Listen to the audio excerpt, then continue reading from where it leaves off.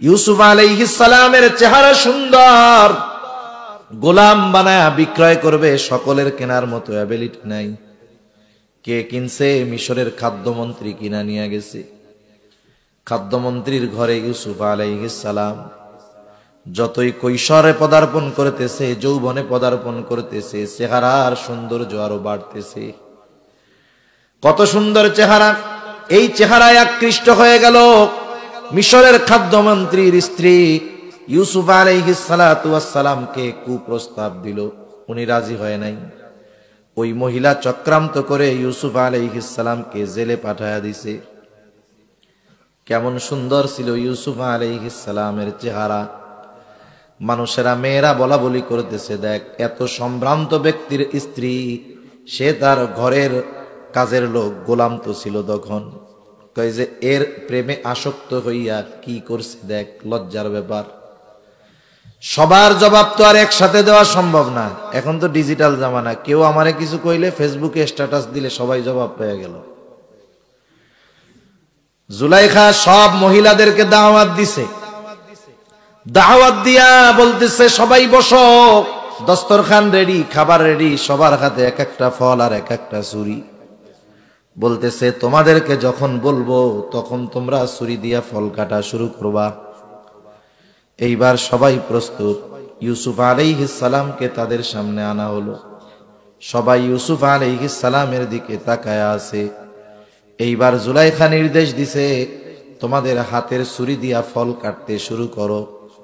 মহিলারা সব তন্ময় হয়ে ইউসুফ আলাইহিস সালামের দিকে তাকায় আছে। ফল কাটার বদলে ছুরি দিয়া কোন সময় হাত কাটতেছে, হাত কেটে রক্তাক্ত করে ফেলতেছে।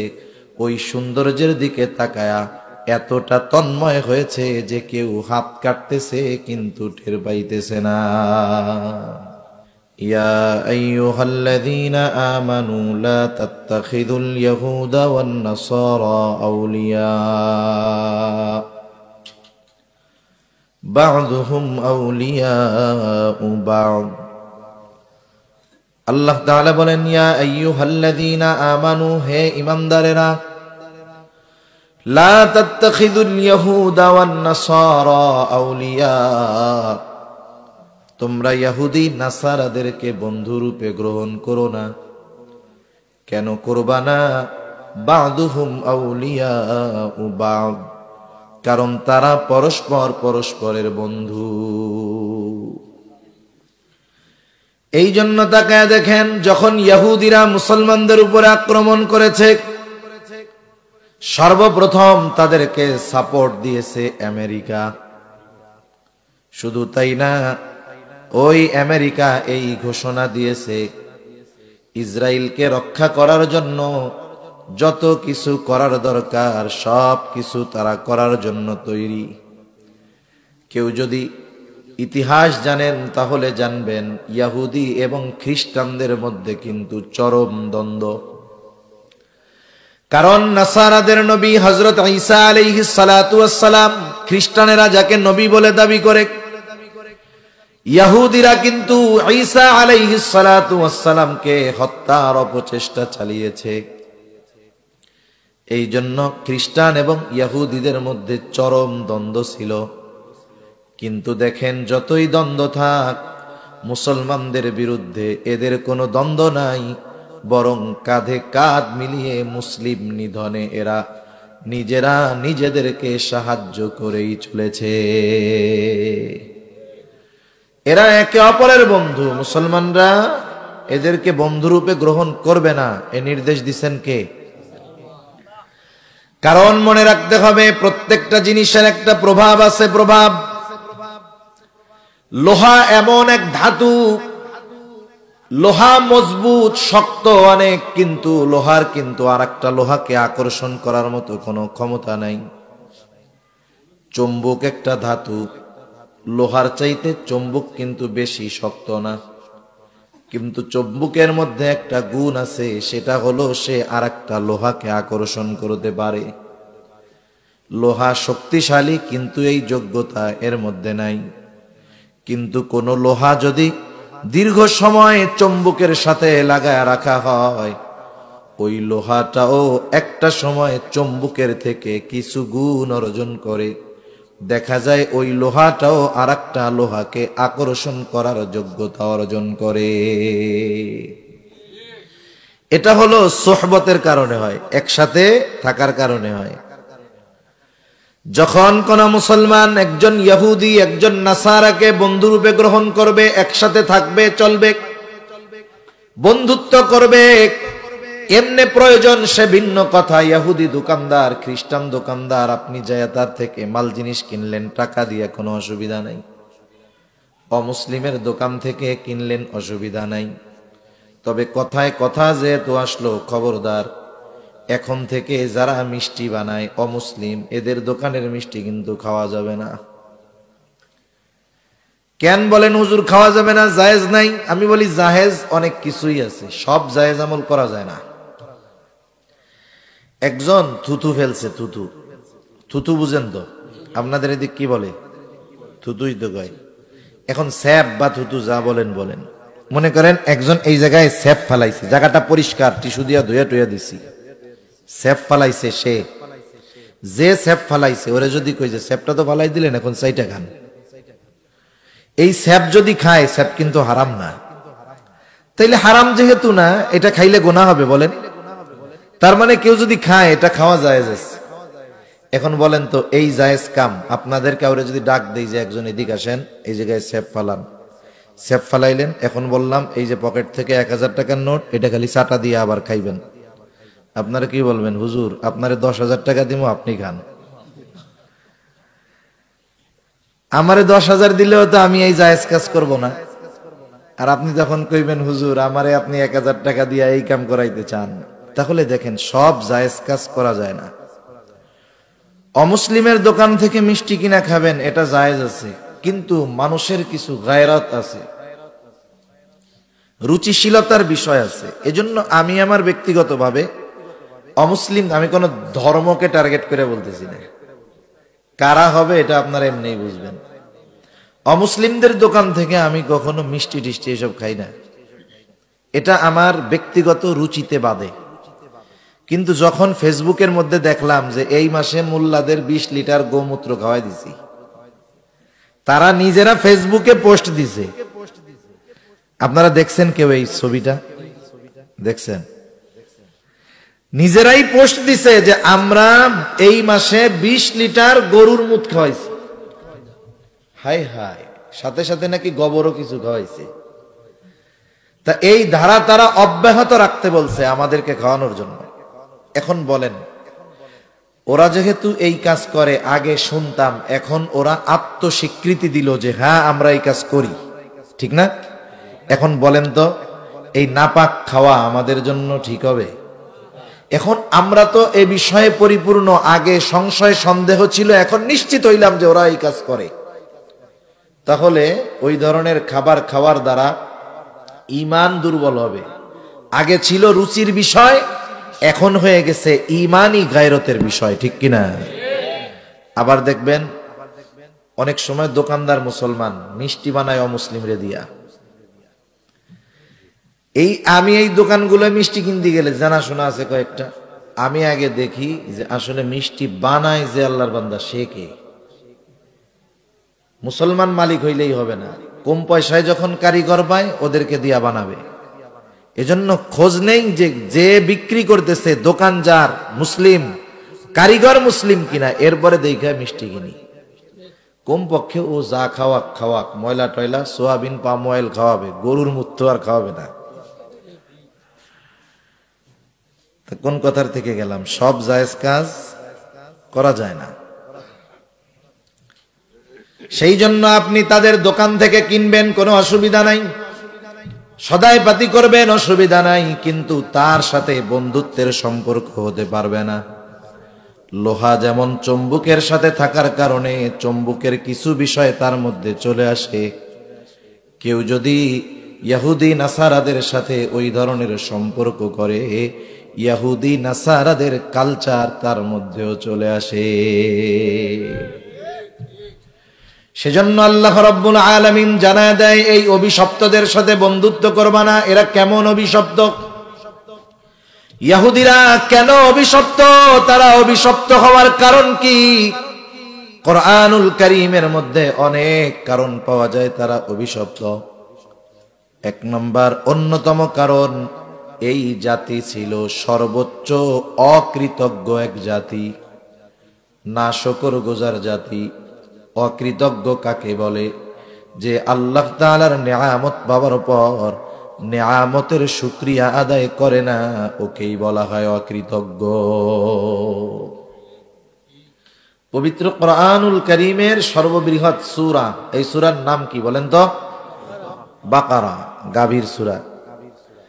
ওই যে বনি ইসরাইলদেরকে এক হত্যাকাণ্ডের ঘটনা নিয়ে গাভী খুঁজতে কইছিল, এখন ওই গাভী খুঁজতে যাই ওরা এমন ঝামেলা বাঁধাইছে, লাস্টে এখন এই গাভীর নামে একটা সূরাই হয়ে গেছে।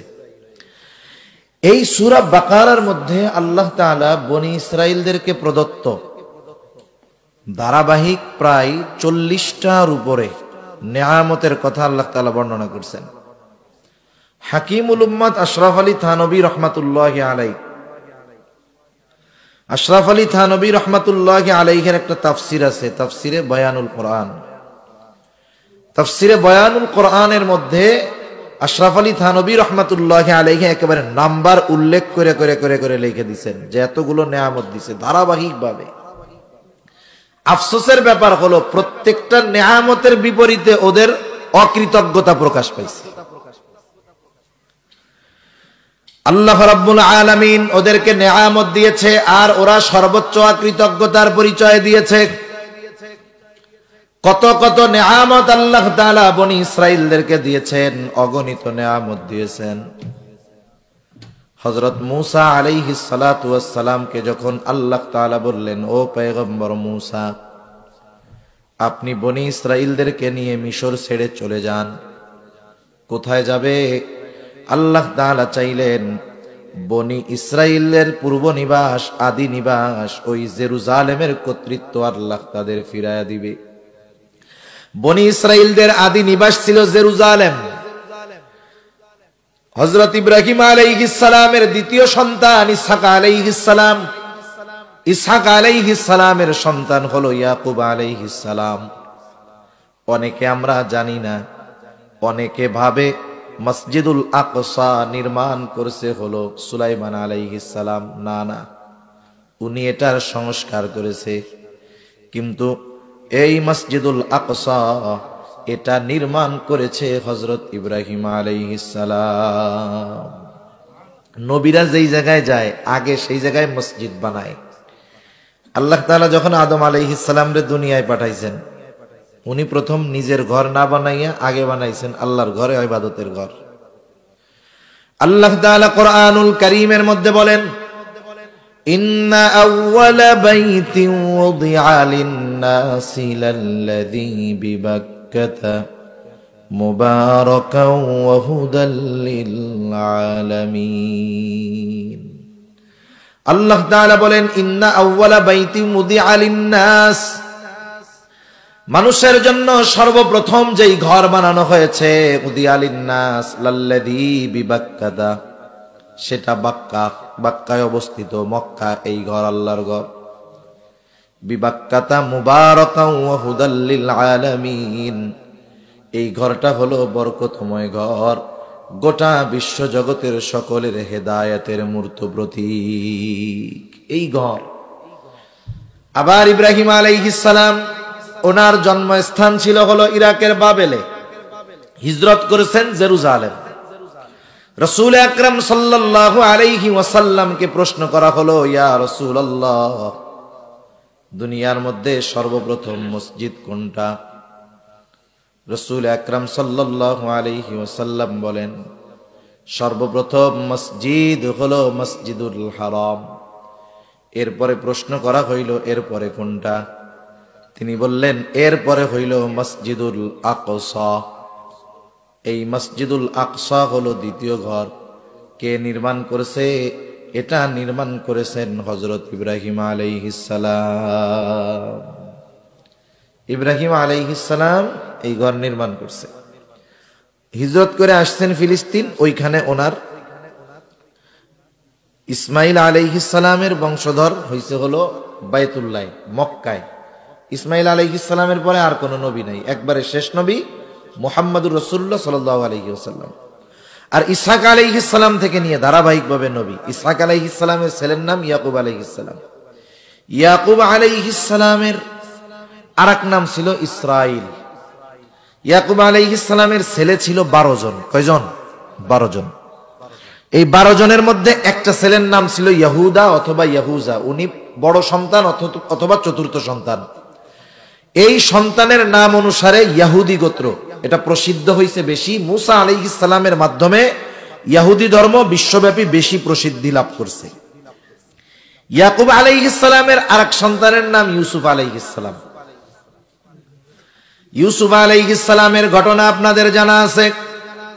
ইউসুফ আলাইহিস সালাতু ওয়াস সালামকে যখন বাকি 11 ভাই খোরার নিয়ত করলো, একজনের পরামর্শ অনুযায়ী যখন তাকে কুয়ার মধ্যে ফালায় দেওয়া হলো, বণিক দল পানি তুলতে গিয়া বালতি যখন ফালায়, ইউসুফ আলাইহিস সালাম বালতির সাথে উপরে উঠে আসছে। তাকায় দেখে আরে সুন্দর, কত সুন্দর চেহারা। নিয়ে গেছে মিশরের বাজারে বিক্রয় করার জন্য। আপনাদের বাজারে যখন দামি কোনো জিনিস ওঠে সবাই কিন্তু কিনতে পারে না। হাফ কেজি ওজনের বোয়াল মাছ সবাই কিনতে পারে। ওই বোয়াল মাছটা যদি 30 কেজি ওজন হয়, মাছ তো বোয়ালি, কিন্তু ওজন বেশি, দামও বেশি, ঠিক না? ইউসুফ আলাইহিস সালামের চেহারা সুন্দর, গোলাম বানায়া বিক্রয় করবে, সকলের কেনার মতো অ্যাবিলিটি নাই। কে কিনছে? মিশরের খাদ্যমন্ত্রী কিনা নিয়ে গেছে। খাদ্যমন্ত্রীর ঘরে ইউসুফ আলাইহিস সালাম যতই কৈশোরে পদার্পণ করতেছে, যৌবনে পদার্পণ করতেছে, চেহারার সৌন্দর্য আরো বাড়তেছে। কত সুন্দর চেহারা! এই চেহারায় আকৃষ্ট হয়ে গেল মিশরের খাদ্যমন্ত্রীর স্ত্রী। ইউসুফ আলাইহিস সালাতু ওয়াস সালামকে কুপ্রস্তাব দিল, উনি রাজি হয় নাই। ওই মহিলা চক্রান্ত করে ইউসুফ আলাইহিস সালামকে জেলে পাঠায়া দিছে। কেমন সুন্দর ছিল ইউসুফ আলাইহিস সালামের চেহারা! মানুষেরা, মেয়েরা বলা বলি করতেছে, দেখ এত সম্ভ্রান্ত ব্যক্তির স্ত্রী, সে তার ঘরের কাজের লোক, গোলাম তো ছিল তখন। কই যে এর প্রেমে আসক্ত হইয়া কি করছে দেখ, লজ্জার ব্যাপার। সবার জবাব তো আর একসাথে দেওয়া সম্ভব না। এখন তো ডিজিটাল জামানা, কেউ আমারে কিছু কইলে ফেসবুকে স্ট্যাটাস দিলে সবাই জবাব পেয়ে গেল। জুলাইখা সব মহিলাদেরকে দাওয়াত দিছে। দাওয়াত দিয়া বলতেছে, সবাই বসো, দস্তরখান রেডি, খাবার রেডি, সবার হাতে এক একটা ফল আর এক একটা ছুরি। বলতেছে, তোমাদেরকে যখন বলবো তখন তোমরা ছুরি দিয়া ফল কাটা শুরু করবা। এইবার সবাই প্রস্তুত। ইউসুফ আলাইহিস সালামকে তাদের সামনে আনা হলো। সবাই ইউসুফ আলাইহিস সালামের দিকে তাকায় আছে। এইবার জুলাইখা নির্দেশ দিছে, তোমাদের হাতের ছুরি দিয়া ফল কাটতে শুরু করো। মহিলারা সব তন্ময় হয়ে ইউসুফ আলাইহিস সালামের দিকে তাকায় আছে। ফল কাটার বদলে ছুরি দিয়া কোন সময় হাত কাটতেছে, হাত কেটে রক্তাক্ত করে ফেলতেছে। ওই সৌন্দর্যের দিকে তাকায়া এতটা তন্ময় হয়েছে যে কেউ হাত কাটতেছে কিন্তু টের পাইতেছে না। তারা বলতেছে, আরে এটা তো মানুষ না, মাহাদা বাশারা ইনহাদা ইল্লা মালাকুন কারীম। আরে এটা তো ফেরেশতা, এটা কি মানুষ হইতে পারে? কেমন সুন্দর ছিল ইউসুফ আলাইহিস সালাম। যাই হোক, এক সময় জেলখানায় দিছে। বাদশাহ স্বপ্নে দেখছে, সেই স্বপ্নের ব্যাখ্যা করছে। ওই ব্যাখ্যা কইরাই এক সময় মিশরের সর্বোচ্চ সুপ্রিম পাওয়ারের অধিকারী ইউসুফ আলাইহিস সালাম হয়ে গেছে। যেই সময় ইউসুফ আলাইহিস সালাম মিশর পরিচালনা করতেছেন, ওই সময় আশেপাশের সব দেশে দুর্ভিক্ষ। মিশর হলো ফিলিস্তিনের পাশেই, সব জায়গায় দুর্ভিক্ষ। প্রথম 7 বছর যেই ফসল উৎপাদন ভালো হয়েছে, স্বপ্নের ব্যাখ্যা। বাদশাহ এই কথাটা তার ভালো লাগছে। সে এমন ভাবে সম্পদ বা শস্য গুদামজাত করছে যে দুর্ভিক্ষের 7 বছর সে নিজের চাহিদা পূরণ কইরা, নিজের দেশের চাহিদা পূরণ কইরা আশেপাশের দেশের মানুষকেও সে খাদ্য শস্য দান করতে পারতেছে। যখন আশেপাশের মানুষরা শুনছে যে ওই জায়গায় গেলে তো শস্য পাওয়া যাবে, সবাই লাইনে লাইনে আসছে, এক একজন এক এক বস্তা পাবে। ইয়াকুব আলাইহিস সালামের ছেলে আরো 11 জন আছে, এই জন তো বাদশাহ জানে না। ইয়াকুব আলাইহিস সালাম রে ছেলেরা বলতেছে, আব্বা আমরা যাই, 10 ভাই আসছে, 10 বস্তা নিয়ে গেছে। উনি তো চিনা ফেলছে এরা আমার ভাই। যাই হোক, লম্বা ইতিহাস। এক সময় জানছে, ওনাদেরকে মাফ করে দিছে। সাথে সাথে বলছে, এক কাজ করো, আব্বারে বলছে যে আপনি আমার ভাইদেরকে সহ সবাই মিলে জেরুজালেম থেকে মিশরে চলে আসেন। দীর্ঘকাল ওনারা মিশরে থাকছে। এখন ফিলিস্তিনের অবস্থা পরিবর্তন। ওই সময় গোটা দুনিয়ার মধ্যে সবচাইতে উর্বর এবং সবচাইতে আধুনিক শহর ছিল জেরুজালেম। ওই দিক দিয়া ফেরাউনের জুলুম, আল্লাহ তাআলা চাইল যে আপনি এদেরকে নিয়ে ওই দিক চলে যান। মুসা আলাইহিস সালাম আল্লাহর নির্দেশে রওনা দিয়ে দিলেন। সাগর পাড়ি দিয়ে এই পাড়ে চলে আসছে। আমি আর ওই ঘটনার দিকে যাব না, জানা আছে সবার। যখন এই পাড়ে আসছে, আল্লাহ তাআলা চাইলেন ওই জেরুজালেমের মালিকানা আল্লাহ পুনরায় বনি ইসরাইলের হাতে তুলে দিবে। কিন্তু দামি জিনিস সহজে পাইলে মানুষ কদর করে না। দেখবেন বাবা বিদেশে থাকে, কত কষ্ট করে, বাবা রক্তকে পানি বানায়া সম্পদ উপার্জন করে। একটা রিয়াল, একটা ডলার ভাঙার সময় 10 বার চিন্তা করে। ওই বাবা যখন তার কষ্টার্জিত সম্পদ বাড়িতে পাঠায়া দেয়, তার পোলা বাবার ওই কষ্টার্জিত সম্পদের মূল্যায়ন করতে পারে না, বরং বন্ধুদেরকে নিয়ে আড্ডা মাড্ডা দিয়া প্রতিদিন হাজার হাজার টাকা নষ্ট করে। আছে না নাই?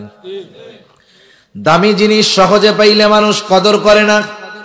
আল্লাহ তাআলাও চাইলেন এমন দামি জিনিসের মালিক আমি আল্লাহ তাদের বানাবো, যদি বিনা পরিশ্রমে অর্জন করে মূল্যায়ন করবে না। আল্লাহ তাআলা মুসা আলাইহিস সালামকে বললেন, পয়গম্বর আমি ওদেরকে ওই জেরুজালেমের কর্তৃত্ব দিব, কোনো সন্দেহ নাই। তবে শর্ত হইল ওই জেরুজালেমে যারা শাসন করতেছে তাদের বিরুদ্ধে বনি ইসরাইলীদের জিহাদ করতে হবে। জিহাদ করতে হবে, তবে ঠকবে না, এরাই জিতবে, কোনো টেনশন নাই। মুসা আলাইহিস সালাতু ওয়াস সালাম তাদেরকে জানাইলেন যে যুদ্ধ করতে হবে। সাথে সাথে বনি ইসরাইলের 12টা গোত্র ছিল। 12 গোত্র থেকে 12 জন প্রতিনিধিকে পাঠায় দিলেন, যাও জেরুজালেমের খবরাখবর নিয়ে আসো। যখন কোথাও কোনো সেনাবাহিনী পাঠানো হয়, যুদ্ধের জন্য যাবে, গোয়েন্দাদের আগে পাঠানো হয়, দেখে আসো অবস্থা কেমন। 12 জন যখন ওই শহরের দরজা দিয়া ঢুকছে, বলেন তো আপনাদের এলাকায় যদি চাইনিজ কোনো মানুষ আছে, চায়নার কোনো মানুষ আসে, অথবা আফ্রিকার কোনো মানুষ আছে, আপনারা কি চিনতে পারবেন? চিনবেন না যে এটা আমাগো এলাকার লোক না। ওই 12 জন যখন শহরের দরজা দিয়ে ঢুকছে, তখন জেরুজালেম শাসন করত আমালিকা গোত্র। এরা, এদের পূর্বপুরুষ বড় শক্তিশালী ছিল, ওরাও বড় শক্তিশালী ছিল। একটা লোক দেখছে যে ওই যে 12 জন, এরা তো আমাদের এলাকার লোক না। এত শক্তিশালী ছিল আমালিকা গোত্রের এক একজন। ওই এক ব্যক্তি একা গিয়া 12 জনকে বেঁধে বাদশার কাছে নিয়ে গেছে। একজন কয়জন রে বাইন্ধে ফেলছে? 12 জন রে। এখন বাদশার কাছে নিয়ে গেছে। এরা তো বিন্দেশী লোক, গুপ্তচর, গোয়েন্দা টোয়েন্দা হইতে পারে, কি করা যায়? কয়েকজন বাদশাকে পরামর্শ দিছে, বাদশা এক কাজ করেন, এদের ছেড়ে দেন। কি বলো, ছেড়ে দিব কেন? বলে ছেড়ে দিলে লাভ হইল, এরা তো আমাদের কি শক্তি জানতে পারছে, যে একজনই 12 জনরে প্যাকেট করে ফেলছে। তা ওরা গিয়া যখন ওদের কওমের লোকের কাছে বলবে যে ওরা কিন্তু এরকম শক্তিশালী, তাহলে এই খবর পেয়ে ওরা ভয়ে আমাদের দেশ স্বপ্নেও আক্রমণ করতে চাইবে না। বাদশার কথাটা ভালো লাগছে, বাদশা ছেড়ে দিছে ওদের। এখন ওরা গিয়া মুসা আলাইহিস সালামের কাছে রিপোর্ট পেশ করছে যে এলাকা তো ভালো, জমিন খুব উর্বর, শহরটাও চমৎকার, কিন্তু সমস্যা হইল ওরা এত শক্তিশালী, ওরা একজন আমাদের 12 জনরেই প্যাকেট করে দিছে। তা মুসা আলাইহিস সালাম বললেন, শোনো, তোমরা এদের কাছে গিয়ে ওই শহরের যত ফজিলত আছে সব বলবা, কিন্তু ওরা যে এত শক্তিশালী এটা শুধু গোপন রাখবা। আমরা মানুষ, আমাদের অভ্যাস কি জানেন? আমাদের যেটা মানা করে ওইটা না করলে ভাল লাগে না। 2 জন ছাড়া বাকি 12 জন তাদের প্রত্যেকের গোত্রের কাছে গিয়া বলছে, মুসা আমাদের কাদের সাথে যুদ্ধ করতে বলে জানো?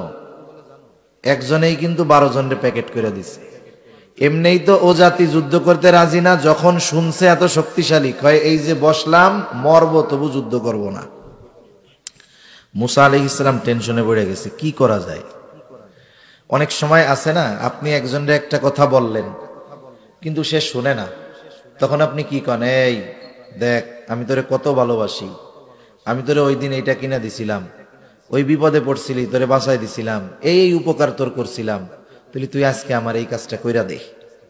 মানে একজনকে একটা বিষয় আদেশ করার আগে ওই ব্যক্তির ব্যাপারে আপনার যদি কোনো অনুগ্রহ থাকে স্মরণ করায়া দিলেন, তাইলে কি হইতে পারে? ওই যে আগে এত উপকার করছে, তাইলে এই লোকটার কাজটা কইরা দেই।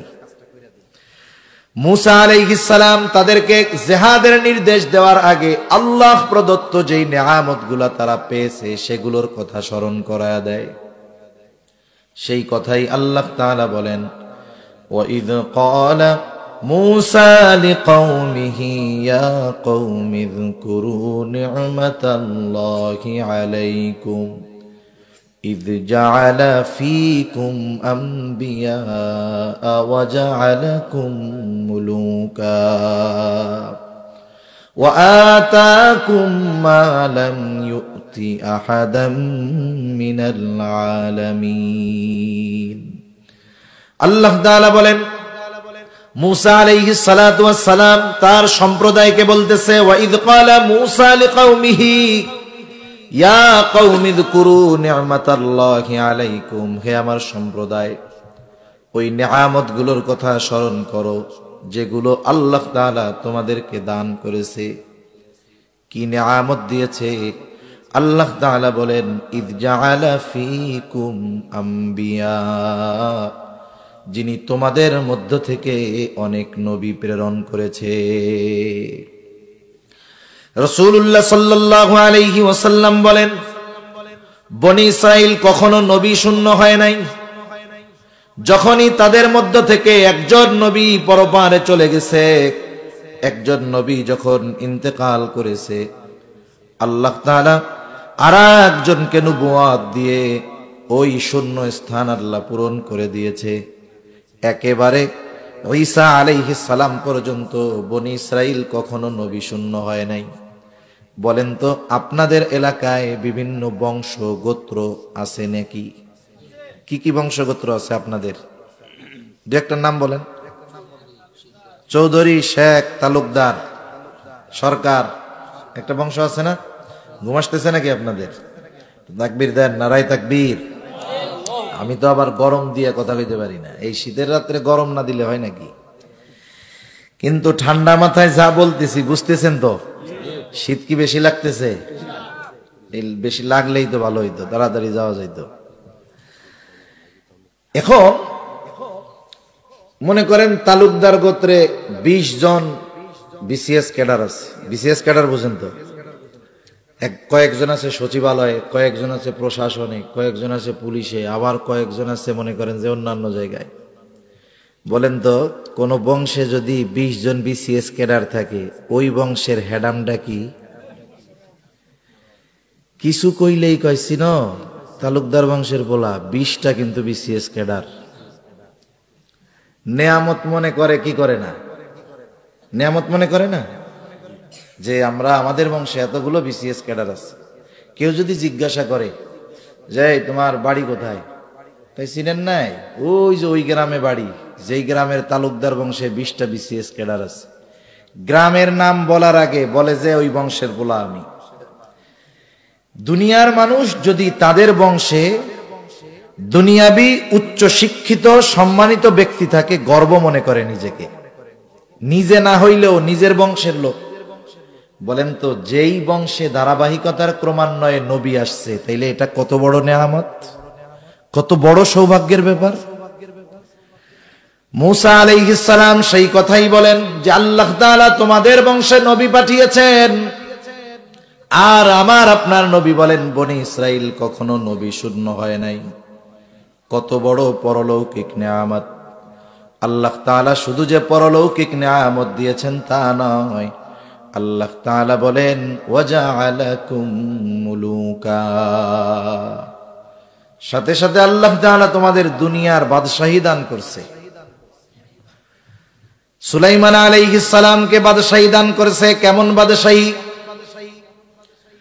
উনি আল্লাহ তাআলার কাছে দোয়া করতেছে, রব্বি হাবলি মুলকান লা ইয়ামবাগি লি আহাদিম মিন বাদি ইন্নাকা আনতাল ওয়াহ্হাব।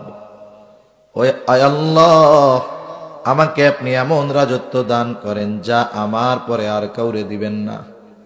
যদিও সুলাইমান আলাইহিস সালাম মুসা আলাইহিস সালামের অনেক পরে, আমি ওই দিকে যাব না। দুনিয়াবি বাদশাহীও বনি ইসরাইলদেরকে দান করছে। একটু খেয়াল দিয়ে কথাটা বুঝেন, একটা গোত্রের সবাই কিন্তু বাদশাহ হয় না। একটা গোত্রের সবাই বাদশাহ হয়, কিন্তু যদি কোনো গোত্র থেকে একজন বাদশাহ হয় তাহলে তার ওই বাদশাহীকে তার গোত্রের সাথে জোড়ায়া দেওয়া হয়। যেমন দেখবেন এই দুনিয়ায় অনেক গোত্র শাসন করেছে। উমাইয়ারা শাসন করেছে, উমাইয়া গোত্র। উমাইয়া গোত্রের সব মানুষ কিন্তু বাদশাহ ছিল না, কিন্তু বাদশাহ উমাইয়া গোত্রের হওয়ার কারণে বলা হয় যে উমাইয়া শাসক। আব্বাসী গোত্রের অনেকে সবাই কিন্তু বাদশাহ হয় নাই, খলিফা হয় নাই, কিন্তু খলিফা আব্বাসীয়দের মধ্যে হওয়ার কারণে বলা হয় আব্বাসীয় খলিফা। এটাও কিন্তু একটা সম্মানের বিষয়।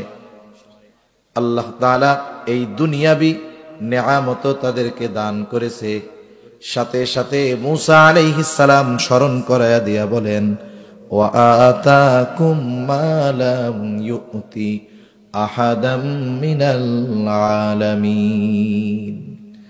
সাথে সাথে এমন কিছু নেয়ামত আল্লাহ তোমাদের দিছে যা বিশ্ববাসী আর কাউকে দেন নাই। মুসা আলাইহিস সালাম যখন বলতেছে এই কথাটা ওই পর্যন্ত, মানে ওর আগ পর্যন্ত দেয় নাই, দেয়ও তো নাই। কেমনে সমুদ্রের মধ্যে দিয়ে রাস্তা বানায়া ওদেরকে চলাচলের ব্যবস্থা করে দিছে। ওরা চিন্তা করেছে ঘরবাড়ি নাই, থাকমু কেমনে? আকাশের মেঘকে ওদের জন্য ছাদ বানায়া দিছে। এত মানুষ না খাইয়াই তো মরবো মনে হয়। আল্লাহ বলেন না খাইয়া মরবি কেন? মারতে চাইলে তো ফেরাউনের হাতে মাইরা তোদেরকে শহীদ বানায় দিতাম, মর্যাদা বেশি হইতো। যেহেতু ওর হাতে মারি নাই, সাগরের মধ্য দিয়ে রাস্তা বানায় আনছি, না খাওয়াইয়া আমি আল্লাহ মারবো না। আসমানি খাবারের ব্যবস্থা আল্লাহ করে দিছে। সুবহানাল্লাহ বলেন। এইরকম দামি দামি নেয়ামতের কথা মুসা আলাইহিস সালাম স্মরণ করায় দিয়া বলতেছে, এখন তো আল্লাহ তো একটু জিহাদের আদেশ দিছে। কি আদেশ? ইয়া কওমি দুখুলুল আরদাল মুকদ্দাসাতাল্লাতী কাতাবাল্লাহু লাকুম ওয়ালা তারতাদ্দু আলা আদবারিকুম ফাতানকালিবু খাসিরিন। মুসা আলাইহিস সালাম বলতেছে, হে আমার সম্প্রদায়, তোমরা ওই পবিত্র শহরের মধ্যে ঢুকে পড়ো, পবিত্র জমিনের মধ্যে ঢুকে পড়ো। আল্লাহ তাআলা জেরুজালেম মসজিদুল আকসাকে পবিত্র ভূমি বলছে। আমার আসলে মনে চাইছিল আর একটা ওয়াজ করি, কিন্তু বিষয় যেহেতু এটা করলাম, যেহেতু রজব মাস আসছে, আবার মসজিদ শব্দটা পোস্টারে বড় করে লেখা আছে, আমার মন চাইছিল আমি মসজিদুল আকসার ফজিলত নিয়ে আলোচনা করি, কিন্তু যেহেতু অন্য দিক, ওইটা আর বলার সুযোগ নাই। মসজিদুল আকসা জেরুজালেমকে আল্লাহ তাআলা পবিত্র ভূমি বলে অভিহিত করেছেন কোরআনুল কারীমে। মুসা আলাইহিস সালাম বলতেছে, ওই পবিত্র জমিনের মধ্যে তোমরা ঢুকে পড়ো। কোন জমিন? বলে আল্লাতী কাতাবাল্লাহু লাকুম, যেই জমিনের মালিকানা আল্লাহ তোমাদের জন্য লিখে রেখেছে। তার মানে যুদ্ধ করার আগে যুদ্ধ জয়ের ঘোষণা আল্লাহ দিছে। সুবহানাল্লাহ বলেন। এখন তোমাদের কাম হইল খালি তোমরা ওই জমিনে ঢুকবা, ওরা যত শক্তিশালী হোক কোনো টেনশন নাই। তবে একটা কাজ করবা না, সামনের দিক যাবা তো যাবা, পেছনের দিকে ফিরবা না। ওয়ালা তারতাদ্দু আলা আদবারিকুম ফাতানকালিবু খাসিরিন। যদি পেছনের দিকে ফিরো তোমরা ক্ষতিগ্রস্তদের অন্তর্ভুক্ত হয়ে যাইবা। কত দরদ নিয়ে আগাম জয়ের সুসংবাদ দিয়ে মূসা আলাইহিস সালাম তাদেরকে ওই জমিনে প্রবেশ করার জন্য অনুরোধ করলেন, আদেশ করলেন। কিন্তু ওই যে আগে 10 জন আইসা কি কইছিল রে, খবরদার, একজন কিন্তু 12 জনের প্যাকেট করে ফেলছে। এরা কতটা অবাধ্য! আল্লাহ তাআলা, আল্লাহর রাসূল, আল্লাহ নির্দেশ দিছে, সেইটা না মেনে ওই 10 জনের কথা মনে রাইখা জবাব দিচ্ছে মূসা আলাইহিস সালামের কথার। কি বলতেছে এইবার? ওরা বলে, ক্বালু ইয়া মূসা ইন্না ফিহা কওমান জাব্বারিন। মূসা, ওইখানে এক শক্তিশালী সম্প্রদায় আছে যাদের একজনই 12 জনরে সাইজ করে ফেলে। ইন্না লান নাদখুলাহা হাত্তা ইয়াখরুজু মিনহা ফাইন ইয়াখরুজু মিনহা ফাইন্না দাখিলুন। ও মূসা, আপনি আমাদেরকে যত কিছুই বোঝান না কেন, কাজ হবে না। আমরা ততক্ষণ পর্যন্ত ওই জায়গায় প্রবেশ করব না। ওয়া ইন্না লান নাদখুলাহা হাত্তা ইয়াখরুজু মিনহা, যতক্ষণ না ওই জাতি ওইখান থেকে বাহির না হয়। ফাইন ইয়াখরুজু মিনহা ফাইন্না দাখিলুন, যদি ওরা ওই আমালিকা গোত্র ওখান থেকে বের হয়ে যায়, ফাঁকা মাঠ যদি পাই তাইলে গোল দিমু। যদি পায়, ওরা না থাকে তাইলে, ওরা যদি বের হয়ে যায় তাইলে আমরা যাব। ওরা যতক্ষণ আছে, ইন্না লান নাদখুলাহা, কখনোই আমরা ওইখানে প্রবেশ করব না।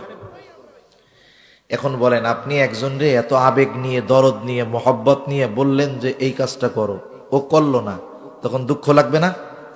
মূসা আলাইহিস সালাম চিন্তা করতেছে, আরে আগাম জয়ের সুসংবাদ দিলাম, আল্লাহর এত নিয়ামতের কথা স্মরণ করায় দিলাম, এরপরেও এদের কেমন আচরণ।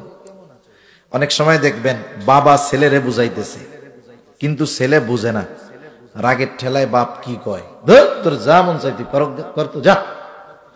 এখন বাপ চলে গেছে অন্যদিক, এবার চাচা আইসা বলে, এই তোর বাপ না এরকম আচরণ করে।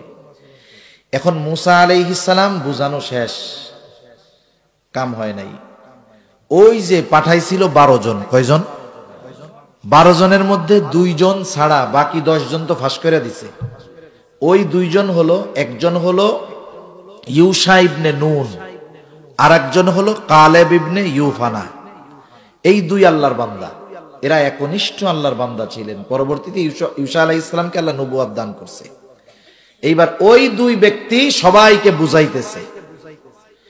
قال رجلان من الذين يخافون أنعم الله عليهم ادخلوا عليهم الباب فإذا دخلتموه فإنكم غالبون।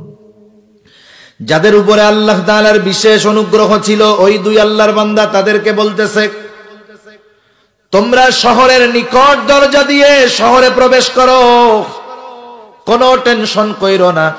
ফাইদা দাখালতুমুহু ফাইন্নাকুম গালিবুন, তোমরা শুধু ওই দরজা দিয়ে ঢুকবা, তোমাদেরকে ওই শক্তিশালী গোত্রের বিরুদ্ধে বিজয়ী যিনি করবেন তিনি কে? ফাইদা দাখালতুমুহু ফাইন্নাকুম গালিবুন, খালি ঢোকো আর তোমরা বিজয়ী হবা। ওয়া আলাল্লাহি ফাতাওয়াক্কালু ইন কুনতুম মুমিনিন, আরে তোমরা না মুমিন, আল্লাহর উপরে ভরসা রাখো। তোমরা যদি মুমিন হও, আল্লাহর উপরে ভরসা করে প্রবেশ করো, তোমরাই বিজয়ী হবা। মানুষের অবস্থা হলো এইরকম। মনে করেন ছোট বাচ্চা খাবার টাবার খায় না, মা বারবার বুঝায় যে আব্বা খাও, আব্বু খাও, ছেলে বলে না আমি খাবো না। বাচ্চাদের নিয়ম হইল ওই টাইমে যদি আরো তেল মারেন ও আরো বেকা হবে বেশি। এখন বাপ যাইয়া বলে আব্বা খাও, পোলা মনে মনে করে মা বুঝাইয়া খাওয়াইতে পারলো না, আব্বা যদি বুঝাই ফেলে কাম হবে নাকি, এবার আরো বেকা হইছে। বনি ইসরাইল চিন্তা করে, মিয়া নবী বুঝাইয়া পারলো না আর তোমরা আমাদের বুঝাইয়া ফেলবা। হ্যাঁ, এবার জবাব আরো কঠোর। ওরা বলতেছে ক্বালু ইয়া মূসা ইন্না লান নাদখুলাহা আবাদাম মা দামু ফিহা। ও মূসা আপনি শুনে নেন, ইন্না লান নাদখুলাহা আবাদাম মা দামু ফিহা, ওই জাতি যতক্ষণ ওইখানে অবস্থান করবে ততক্ষণ আমরা কখনোই ওইখানে প্রবেশ করব না। মূল কথা হইল আমরা ঢুকবো কিন্তু যুদ্ধ করতে পারবো না। যুদ্ধ কইরা তাড়ায় দেন, এরপরে আমরা গিয়া ঢুকবো, কোনো অসুবিধা নাই। এখন ওরা বলতেছে ঢুকবো তো না, যুদ্ধ করতে পারবো না। যদি যুদ্ধই করতে হয় ফাযহাব আনতা ওয়া রাব্বুকা ফাকাতিলা ইন্না হাহুনা কাঈদুন। ওরা বলতেছে আমরা তো এখানে প্রবেশ করবই না, যুদ্ধ করতে পারবো না, আপনি আপনার রব আর আপনি গিয়া যুদ্ধ করেন, আমরা এখানে বসলাম, আমরা যুদ্ধ করতে পারবো না। একটু চিন্তা করে দেখেন, সব মুফাসসির এই আয়াতের তাফসীরের মধ্যে রাসূলুল্লাহ সাল্লাল্লাহু আলাইহি ওয়াসাল্লামের সাহাবীদের কথা আনছেন যে চিন্তা করো কোথায় মূসা আলাইহিস সালামের সাথী আর কোথায় পয়গম্বর আরবি মুহাম্মদুর রাসূলুল্লাহ সাল্লাল্লাহু আলাইহি ওয়াসাল্লামের সাথী। এত নেয়ামত খাওয়ার পরেও, এত কুদরত দেখার পরেও আল্লাহ তাআলার নির্দেশ মেনে জিহাদের ময়দানে যায় নাই। যুদ্ধ জয়ের আগাম সুসংবাদ পাওয়ার পরেও যুদ্ধের ময়দানে যায় নাই। কিন্তু রাসূলুল্লাহ সাল্লাল্লাহু আলাইহি ওয়াসাল্লামের উম্মত বদরের যুদ্ধের ইতিহাস, লম্বা ইতিহাস, পটভূমি বলার মতো সময় নাই। যারা আছেন উলামায়ে কেরাম অথবা যারা ইতিহাস জানেন, আপনারা জানেন মূলত বদরের যুদ্ধটা সংগঠিত হওয়ার কথা ছিল না। নবীজি মূলত যুদ্ধের জন্য সৈন্যবাহিনী পাঠায় নাই, পাঠাইছিল ছোট্ট একটা দল আবু সুফিয়ানের বাণিজ্য কাফেলাকে আটক করার জন্য, বাধা দেওয়ার জন্য, আক্রমণ করার জন্য। আবু সুফিয়ান যখন বুঝতে পারছে বিপদ, মক্কায় খবর পাঠায়া দিছে যে কোনো মুহূর্তে আমাদের বাণিজ্য কাফেলা আক্রান্ত হইতে পারে, সাহায্যের জন্য লোক পাঠাও। আবু জেহেল 1000 সৈন্যবাহিনী সশস্ত্র অবস্থায় নিয়ে হাজির রওনা দিছে। এদিক দিয়ে আবু সুফিয়ান নিরাপদ জায়গায় পৌঁছায় গেছে। আবু জেহেলের কাছে খবর পাঠায় দিছে যে তোমরাও মক্কার অভিমুখে রওনা হয়ে যাও, আমরা নিরাপদ জায়গায় চলে আসছি, আর বিপদের আশঙ্কা নাই। কিন্তু আবু জেহেল ও চিন্তা করেছে এটাই তো সুযোগ, মুসলমানেরা সংখ্যায় কম আছে, অস্ত্র শস্ত্র তেমন নাই, আমি তো পূর্ণ প্রস্তুতি নিয়ে আসছি, এখন যদি ওদের সাথে লড়াই করতে পারি, ওদের লোকবল নাই, অস্ত্রের বলও নাই, হয়তো আমি ইসলামকে, মুসলমানকে চিরতরে নিশ্চিহ্ন করে দিতে পারবো। এই আশায় পায়ে পাড়া দিয়া যুদ্ধ করছে। অবস্থা এইরকম, নবীজি চিন্তায় পড়ে গেছে। একে তো গরমের সময়, দ্বিতীয়ত আবার রোজা, ওই বছরই রোজা প্রথম ফরজ হইছে। আরবের কি গরম, রোজা রেখে ওই গরমের মধ্যে যুদ্ধ না কইরা আর কোনো উপায় নাই। নবীজি সাহাবায়ে কেরামদের নিয়ে পরামর্শ করতেছেন। মুহাজিরদের কাছে সর্বপ্রথম পরামর্শ চাইলেন কি করা যায়। মুহাজির যারা মক্কা থেকে মদিনায় হিজরত করছে, তারা বলতেছে ইয়া রাসূলুল্লাহ, আমরা তো ঈমান এনেছি, দ্বীনের জন্য সব ছাড়ছি, আমরা যুদ্ধ করতে প্রস্তুত, কিন্তু সংখ্যায় বেশি আনসারেরা, যুদ্ধের জন্য তাদের সহযোগিতা দরকার। নবীজি চিন্তা করতেছিলেন, না জানি আনসারেরা বলে বসে ইয়া রাসূলুল্লাহ, আপনারা আসলেন মদিনা মক্কা থেকে, থাকার জায়গা দিলাম, সব দিলাম, এখন কি আবার জীবনও দিতে বলেন নাকি? নবীজি আনসারদের পরামর্শ চাইলেন কি করা যায়, যুদ্ধ করব কি করব না। আনসারদের মধ্য থেকে সাদ বিন মুআজ রাদিয়াল্লাহু তাআলা আনহু দাঁড়ায় গেল। সাদ বিন মুআজ রাদিয়াল্লাহু তাআলা আনহু বলে ইয়া রাসূলুল্লাহ, আপনি আমাদের কাছে জানতে চান আমরা কি বলবো, আমাদের মত কি? শুনেন, আপনি যদি আমাদেরকে সমুদ্রের তীরে দাঁড় করায়া দেন, আর যদি শুধু নির্দেশ দেন তোমরা সবাই সমুদ্রের মধ্যে ঝাঁপায়া পড়ো, ইয়া রাসূলুল্লাহ, আপনি নির্দেশ দেওয়ার পরে আমাদের দিকে তাকায়া দেখবেন আপনার এই নির্দেশ আমরা এমন ভাবে পালন করব, আপনি তাকায়া দেখবেন আপনার নির্দেশের পরে একটা মানুষও সাগরের তীরে দাঁড়ায় নাই, আপনি নির্দেশ দেওয়ার সাথে সাথে সকলে সমুদ্রের মধ্যে ঝাঁপায়া পড়বে। আপনি আমাদের মত চাইতেছেন, আমরা তো আপনার কথা মানার জন্য এরকম তৈরি। আরেকজন বলে, ইয়া রাসূলুল্লাহ, আমরা আপনার সামনে পেছনে ডানে বামে চতুর্দিকে অবস্থান নিয়ে যুদ্ধ করব। ইয়া রাসূলুল্লাহ, আপনি তাকায়া দেখবেন, আমাদের যুদ্ধ দেখে আপনি সন্তুষ্ট হয়ে যাবেন। সংখ্যা হইল 313 জন, তলোয়ার আছে 100টা, ঘোড়াও নাই, কিচ্ছু নাই। প্রচন্ড গরমের মধ্যে রোজা রেখে 313 জন তৎকালীন দুনিয়ার সর্বাধুনিক সমরাস্ত্রে সুসজ্জিত 1000 কাফেরের বিরুদ্ধে লড়াই করার জন্য রওনা হয়ে গেছে। সংখ্যায় হলো 3 ভাগের 1 ভাগ, অস্ত্র আছে 10 ভাগের 1 ভাগ, কিচ্ছু নাই। কিন্তু এদের ঈমানি পাওয়ার এমন ছিল, ওই 313 জনের ঈমানি পাওয়ার এমন ছিল, ওই সময় যদি গোটা দুনিয়ার সব শক্তি তাদের বিরুদ্ধে লড়াইয়ে নামতো, ওই 313 জনের ঈমানি শক্তির সামনে তারা তছনছ হয়ে যাইত। মুফাসসিরিনে কেরাম বিষয়টা আনছেন এই জন্য যে নবীজির আদেশ পালনার্থে সাহাবায়ে কেরাম কেমন ছিলেন। এই জন্যই তো আল্লাহ সুবহানাহু ওয়া তাআলা পবিত্র কোরআনুল কারীমের মধ্যে সাহাবায়ে কেরামের প্রশংসা বর্ণনা করছে। আল্লাহ তাআলা বলেন, মুহাম্মাদুর রাসূলুল্লাহ ওয়াল্লাযীনা মাআহু আশিদ্দাউ আলাল কুফফার রুহামাউ বাইনাহুম তারাহুম রুকআন সুজ্জাদান ইয়াবতাগুনা মিন ফাদলিল্লাহ يبتغون فضلا من الله ورضوانا سيماهم في وجوههم من أثر السجود ذلك مثلهم في التوراة ومثلهم في الإنجيل মুহাম্মদ সাল্লাল্লাহু আলাইহি ওয়াসাল্লামের এই সঙ্গীরা দুনিয়ায় আসার আগে আল্লাহ তাআলা এদের প্রশংসা তাওরাতের মধ্যে করেছেন, ইনজিলের মধ্যে করেছেন।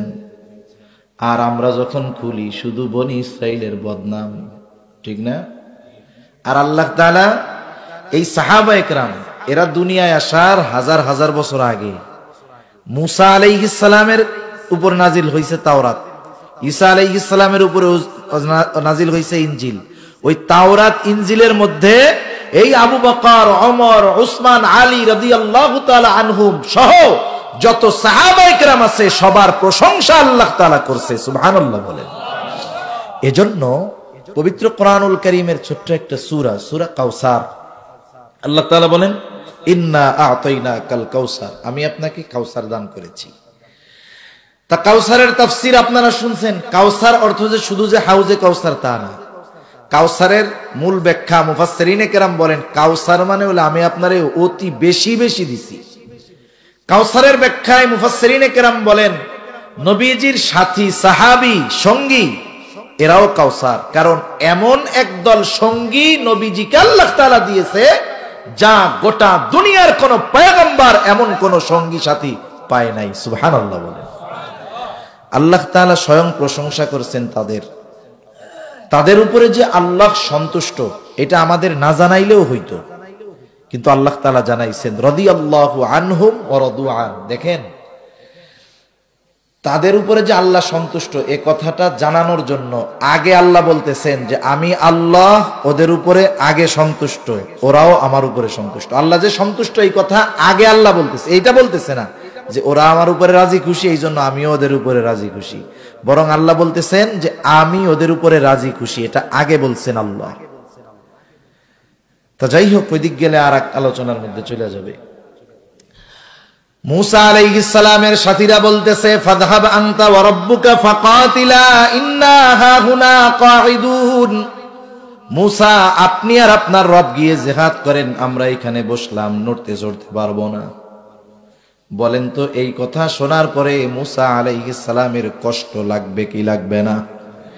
এত কষ্ট লাগছে, মুসা আলাইহিস সালাম আল্লাহর কাছে দোয়া করে বলে, ক্বালা রাব্বি ইন্নী লা আমলিকু ইল্লা নাফসি ওয়া আখি ফাফরুক বাইনানা ওয়া বাইনাল কওমিল ফাসিকিন।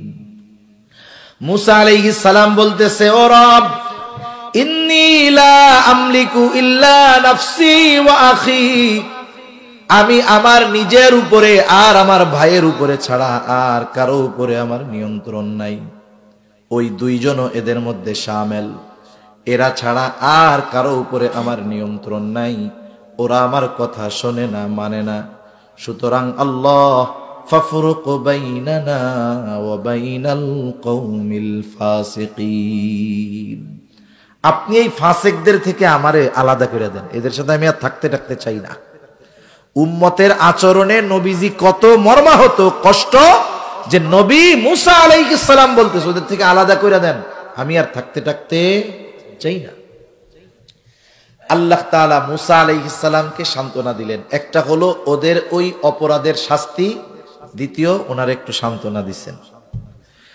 আল্লাহ তাআলা বলেন, ক্বালা ফাইন্নাহা মুহাররামাতুন আলাইহিম 40 সানা ইয়াতিহুনা ফিল আরদ ফালা তা'সা আলাল কওমিল ফাসিকিন। এই ফাসিক সম্প্রদায়ের আচরণে আপনি কষ্ট পায়েন না। শোনেন, এরা যে এমন আচরণ করলো, ক্ষতি তো ওদেরই হইছে। এই অকৃতজ্ঞতার কারণে, সীমা লঙ্ঘনের কারণে, অবাধ্যতার কারণে ক্ষতি ওদেরই হইছে। যেই জিনিসটা আমি আল্লাহ ওদেরকে সহজে দিয়ে দিতাম, অকৃতজ্ঞতার কারণে, অবাধ্যতার কারণে, সীমা লঙ্ঘনের কারণে এটাকে আমি ওদের জন্য 40 বছর নিষিদ্ধ করে দিলাম, হারাম করে দিলাম, পাবে না। এখন মুসা আলাইহিস সালামের সাথে এমন আচরণ করলো। সকালবেলাই বলে, মুসা আমরা আর এইখানে থাকবো না, মিশরে চলে যাব। এইবার সকালবেলায় হাঁটা শুরু করেছে, হাঁটতেছে মিশরের দিকে। হাঁটতে হাঁটতে সকালবেলা হাঁটা শুরু করে, যখন সন্ধ্যায় হাঁটা থামায়, দেখে সকালে যেইখান থেকে হাঁটা শুরু করছে সন্ধ্যায় আইসা সেই জায়গায় হাজির।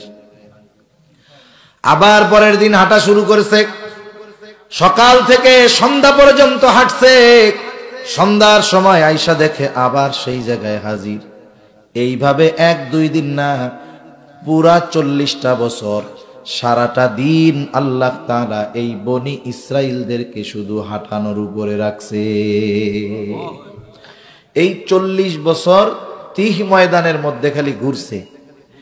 40 বছরের মধ্যে মুসা আলাইহিস সালাম দুনিয়া থেকে চলে গেছে, হারুন আলাইহিস সালামও চলে গেছে। এরপরে ইউশা ইবনে নুনকে আল্লাহ তাআলা নবুয়ত দিয়েছেন।